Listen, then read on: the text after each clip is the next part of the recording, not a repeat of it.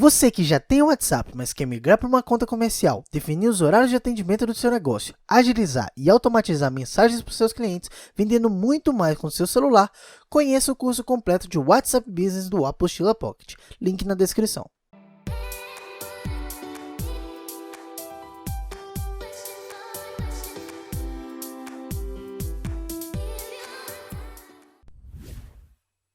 A sigla WIP é bastante utilizada por quem usa o Kanban. Ela nada mais é do que uma abreviação de Work in Progress, ou trabalho em andamento, trabalho em progresso. E entender o motivo de limitar o trabalho em progresso e como fazer isso é o que iremos ver nessa aula. Então, bora lá!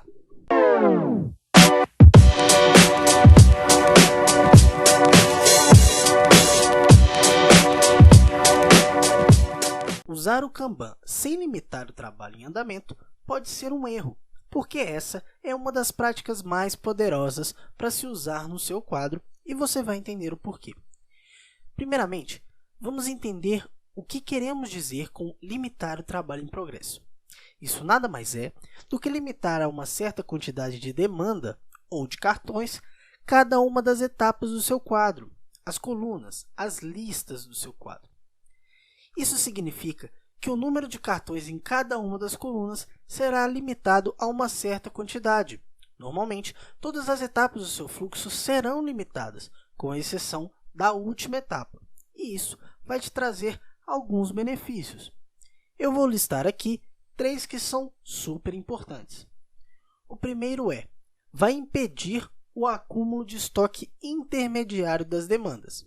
Como a ideia aqui é concluir cada vez um número maior de demandas, quando a gente limita a quantidade de cartões em cada uma das etapas, finalizaremos cada um deles em um tempo muito menor.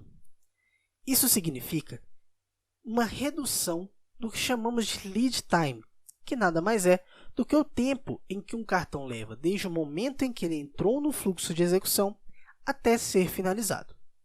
Em geral, quanto maior o número de cartões em andamento, maior vai ser o tempo de entrega. E por isso, reduzir esse número nas etapas acaba sendo de muita importância e ajudando na conclusão de mais cartões. O segundo benefício que irei falar é que ele mantém o lead time estável. Isso significa o seguinte: além de reduzir o tempo de execução de cada cartão individualmente, manter uma quantidade limitada em cada uma das etapas vai trazer ao seu fluxo um lead time muito similar entre os cartões. Isso deixa o tempo de execução muito mais previsível, fornecendo um planejamento de tarefas com uma previsibilidade de prazo muito mais compatível com a realidade. O terceiro benefício é que estabelece um sistema puxado no seu quadro. Quando falamos de sistema empurrado, a ideia é produzir ao máximo sem considerar tanto a real necessidade do cliente. Isso para nós não é positivo, porque gera estoque desnecessário, gerando assim desperdício. Limitar o WIP força o processo a puxar as tarefas quando realmente há capacidade disponível para realizá-las, fazendo com que haja priorização de certas demandas. E isso incentiva a execução das tarefas mais importantes, evitando desperdício de esforços em trabalhos com menor relevância. Portanto, aquilo que for mais demandado terá um estímulo para ser priorizado e finalizado mais rapidamente. Bom, já vimos então o que é limitar o WIP e quais são seus benefícios. Vamos agora entender como fazer isso. Temos algumas escolas de pensamento sobre o tamanho ideal dos limites de trabalho em progresso.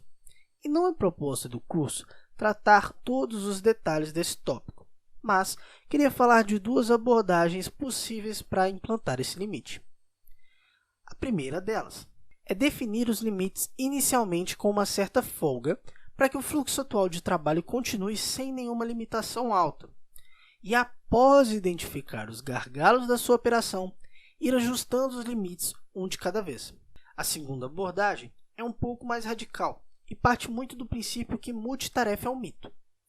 Nosso cérebro não consegue realizar 2 tarefas que exigem uma função cerebral de alto nível ao mesmo tempo. O que acontece quando nós achamos que estamos sendo multitarefas é que estamos alternando rapidamente entre essas tarefas, mas para o nosso cérebro estamos executando uma de cada vez. E por que eu estou falando isso? Dado que é necessário uma limitação das etapas do seu quadro, não faz sentido termos muitas demandas ao mesmo tempo para uma pessoa só.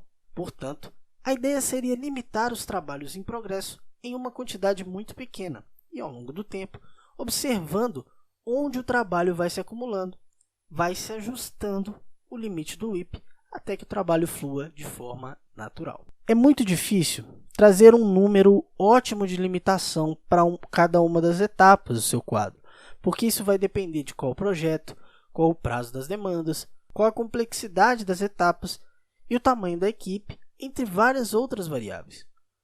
Por isso, essa limitação deve ser testada e analisada para chegar em um número ótimo para cada quadro em cada etapa em específico.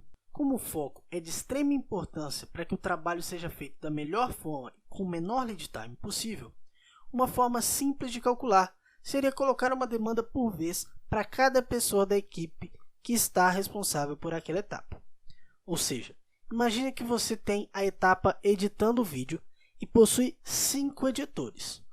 Faz sentido que você tenha um número de limite também igual a 5.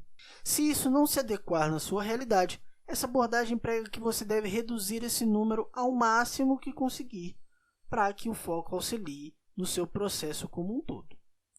Mas, em qualquer uma das abordagens, é essencial que se estabeleça uma política clara de quais serão os critérios para adoção e alteração desses limites.